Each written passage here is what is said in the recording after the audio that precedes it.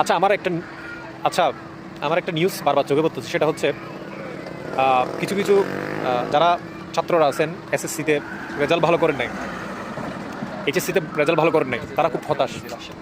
অনেকেই আবার সুইসাইড করতেছে বা করছে, এই ধরনেরও নিউজ পাইছি। আরে ভাই কেন বলেন?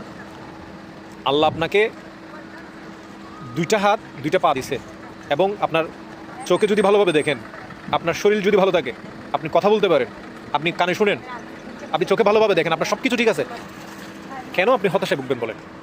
অনার্স মাস্টার্স করেও অনেক মানুষ সফল হতে পারতেছে না, ভালো একটা ইনকাম সোর্স খুঁজে বের করতে পারতেছে না। আপনি জানেন সেটা?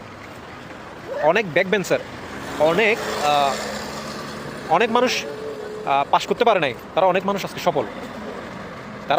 সফল, আমি নিজের চোখে আমি এক্সপিরিয়েন্স থেকে বলতেছি।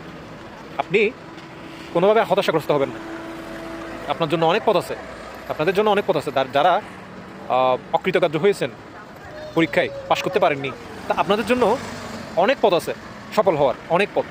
এই যে আমার একটা উদাহরণ আমি দিচ্ছি, আমি দীর্ঘ 28 বছর, আমার জীবনের 28 বছর পড়াশোনার জন্য পার করে দিচ্ছি, পাশাপাশি জবও করছি, ভালো একটা জবও করছি।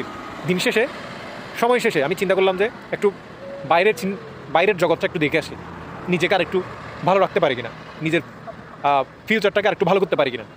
এটার জন্য এখন বিদেশে আসলাম। কী হলো, এখন আসি, আমার ওই দেশে যে এতগুলো পড়ালেখা করলাম, এতটা সময় ওয়েস্ট করলাম, এতটা সময় পার করলাম, শেষ করলাম, এটার কোনো এখানে মূল্য নাই। এখানে আবার নতুন করে সব কিছু শুরু করতে হলো।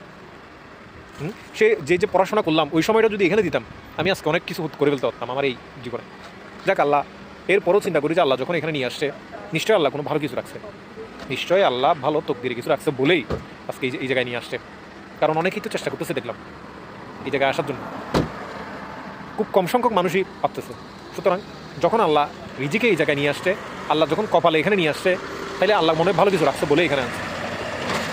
আল্লাহর প্ল্যান হচ্ছে অবশ্যই সবচেয়ে উত্তম এবং ভালো প্ল্যান, এটাতে বিশ্বাস করি। যাই হোক, সবার দোয়া করবেন, ভালো থাকবেন। আসসালামু আলাইকুম।